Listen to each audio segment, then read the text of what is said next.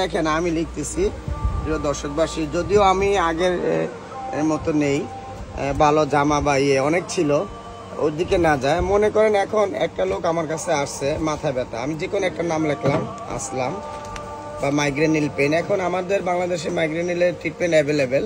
ধরেন বয়স 30 বছর, পুরুষ, আজকে তারিখটা সম্ভবত 23 তারিখ হয়েছে, তারিখ 23 তারিখ। এখন মনে করেন যে একুট হেডেক, প্রচুর মাথা ব্যথা হলে তার ঘুমও কম হবে রাতে, তাহলে এখানে এটা ইনসমনিয়া বলে না, তবে যদি অতিরিক্ত কথা বা উল্টোপাল্টা কথা বলে তাহলে আমরা ধরে নিব উনি প্যানিক ডিসঅর্ডার অ্যাংজাইটি পিডিএ, এটা হতেও পারে না, এই জন্য কয়ের একটা প্রসঙ্গত চিহ্ন। জাস্ট একটা ওষুধ খেলেই যথেষ্ট।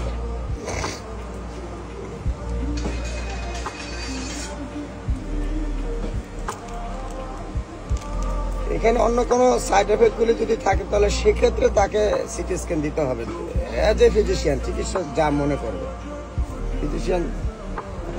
এখানে আমি প্যারাসিটামল দিয়ে সাধারণত চিকিৎসা দিয়ে থাকি। অনেক প্রোডাক্টই আছে আমাদের বাংলাদেশে, অনেক ফার্মাসিউটিক্যালের। তবে এই রুগীকে সাধারণত নিউরো মেডিসিনের দেখানোই দরকার, উনি আমার চেয়ে ভালো বুঝবে। আর সাথে একটা আমি ছোটোখাটো একটা গ্যাসের ওষুধ দিয়ে দিলাম। অনেক সময় অনেক বেশি ওষুধ খেলে পেটে জ্বালা পড়া হতে পারে, জোরেলে একটা করে 2 বার। আর এই একুট হেডেকটা সাধারণত রোগের উপসর্গ, অন্য রোগের। মাথা ব্যথাটা অন্য রোগের উপসর্গ, মাথা ব্যথা রোগের মধ্যে পড়ে না। অন্য কোনো প্রবলেম থাকলে সেটাই আপনাকে ওইটা মানে যে সাইড এফেক্টগুলি হয় আর কি। আর আমাদের দেশে যারা প্যানিক, যেটা প্যানিক ডিসঅর্ডার অ্যাংজাইটি, এটা ভালো হইতে সবার রাস্তা একটাই, সেটা হলো সে ঠিকমতো খাবে, ঘুমাবে। আর যদি সাইকিয়াট্রিক প্রবলেম আস্তে আস্তে গ্রো করে তাহলে তাকে নার্সিং করতে, আর নার্সিং কিন্তু পুরুষ মানুষ দিয়ে হয় না, মেয়ে মানুষ। তো সেক্ষেত্রে আপনার মেডিটেশনটাই বেস্ট আর কি, আমি যেটা মনে করি। আমি সরকারি মেডিকেলে পড়ছি, সরকারি জব করি নাই। সরকারি একবার পিজিতে কিছুদিন ছিলাম, যদিও ভাইয়া বলছে রংপুর মেডিকেলে জব করছে, কিন্তু আসলে না। রংপুর মেডিকেলে লেখাপড়া ট্রেনিং, ঢাকা মেডিকেলে দেশের বাইরে ট্রেনিং। এবার আমি ভালো আছি এমনি, কিন্তু আমার অরিজিনালি মুন্সিগঞ্জ, বাট বড় হয়েছে শৈশব নারায়ণগঞ্জ। আমার এই সেটা ছিল বাহিরে, ওইটা বহু আগের কথা। আর ইন্ডিয়া থেকেও ফেলোশিপ এনেছিলাম। তো আমার মনে শুধু একটাই কষ্ট, যেখানেই যাচ্ছি কিন্তু আসলে সব তো বিজনেস, ভুলটা আসলে তাদের না, এটা পুরো বাংলাদেশে হয়ে গেছে। ইচ্ছা ছিল না একটা ক্লিনিকে বা ইয়েতে বসা, তারপরে বসছি, কিন্তু মন আর মানে নাই। যদিও আমি ওনাদেরকে বলে আসি নাই, এটা একটু অপরাধ হয়েছে, তাল মিলে আমি চলতে পারতেছিলাম না, এটা আমার ব্যর্থতা। হসপিটালে ছিলেন? না না না, সর্বশেষ যেটা সেটা না, এখন যেটা আসছে সেটা বলবো না। আল্লাহ না করুক এই ভিডিওটা যদি ওনার হাতে চলে যায় তাহলে মনে কষ্ট পাবে। সর্বশেষ জব যেটা করছি সেটা হলো পান্থপথে হেলথ অ্যান্ড হোপ। আমি সিনিয়র মেডিকেল অফিসার ছিলাম, ওইটার চেয়ারম্যান হচ্ছে লেনিন চৌধুরী স্যার, আর ডিরেক্টর ছিল কাজী রকিবুল ইসলাম। আর তার আগে ছিলাম মনোয়ারাতে, তার আগে স্টার্স মেডিকেল কলেজ, মাঝখানে আমি একটা গার্মেন্টসে জব করেছি। তার পরিচয় কি বলবো, আমি সেই ডক্টর প্রবীর 2023-এ বিপুল পরিমাণে ফেসবুকে ভাইরাল হয়েছিলাম, রাস্তায় অনেক চিকিৎসা দিতাম। আমার জন্য দোয়া করবেন, আমিও দোয়া করি। তো অনেকে অনেক কিছু বলে এবং হেল্প নিছে অনেক আগে, কিন্তু এখন আর ওরকম হয়ে ওঠে না। অনেকে বলে যে ভাব ধরে খালি গায়ে ঘুরে, যাতে ডাকে খাবারের জন্য। না, আমার আসলে এখন মনে হচ্ছে যে আমার প্রত্যেকটা জিনিসগুলো আমার জন্য ওজন পেই, মানে কিছুটা মনে হচ্ছে আমি আবার সিক হয়ে যাচ্ছে, এটা অনুভব করি।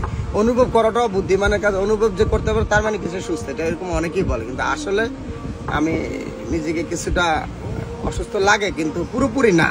আমি যদি এরকম লিখতে পারি সব, তাহলে মানুষই তো বুঝবে, কারণ আমি যে নিজেকে চালাক মনে করি এমনটাও না। হ্যাঁ, শুধু আমার একটা জিনিসই দরকার, যে আমি অল্প টাকা ভিজিট নিব, মানুষ যেভাবে ভালো থাকতে পারে, যেহেতু আমার গরিব দেশ, আর এমন যদিও চোরের দেশ, সব চুরি হয়ে গেছে, এটা আমার, এটা নিয়ে আমি বলবো না কিছু।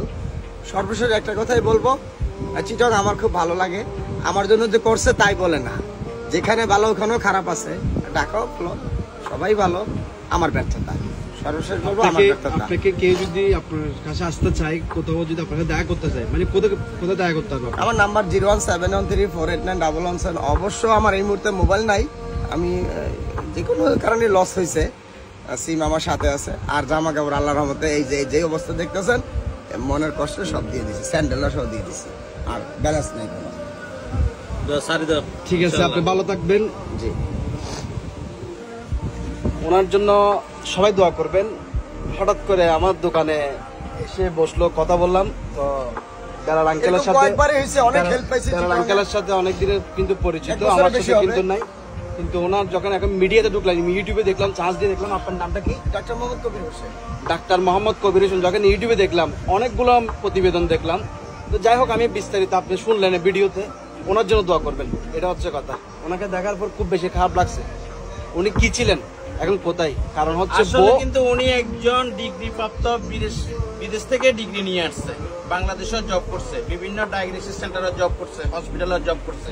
যে কোনো কারণবশত উনি আজকে আমার কথা মার বলতে জন্য দোয়া বলতেছে। করবেন, বৃদ্ধ, যে কোনো এখন আগের মতো কারণবশত ইনকামও করতে পারি না। আমার মা আর উনি আমি খুব একজন কষ্ট ভালো করি। বিশেষজ্ঞ ডাক্তার, আমরা কিন্তু ওনাকে মূল্যায়ন করতেছি না, কিন্তু এখনো উনি সম্পূর্ণ সুস্থ, কিন্তু আমরা সবাই ওনাকে অসুস্থ বলে মনে করি, অবহেলা করি। আমরা যদি কেউ যদি এগিয়ে আসি ওনার জন্য, তাহলে উনি অবশ্যই আগের জায়গায় ফেরত যেতে পারবে, আশা করি, এটা আমাদের বিশ্বাস।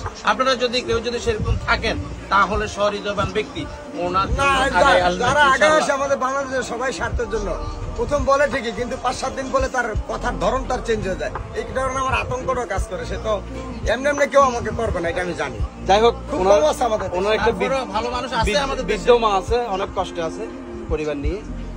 ওনার সাথে যোগাযোগ করবেন। আমি এখন ওনার সাথে কিভাবে যোগাযোগ করা যায়, কিভাবে ওনার সাথে আমি সবসময় দেখা করব, সেটা আমি বের করতেছি। ওনার সাথে কথা বলবো, দোয়া করবেন, ভিডিওটা শেয়ার করে দিবেন, সবাইকে দেখার সুযোগ করে দিবেন, ওনার পাশে দাঁড়াবেন, এসব মানুষদের পাশে দাঁড়াবেন। ইনশাল্লাহ আপনাদের পাশে আল্লাহ আছে। আসসালামু আলাইকুম।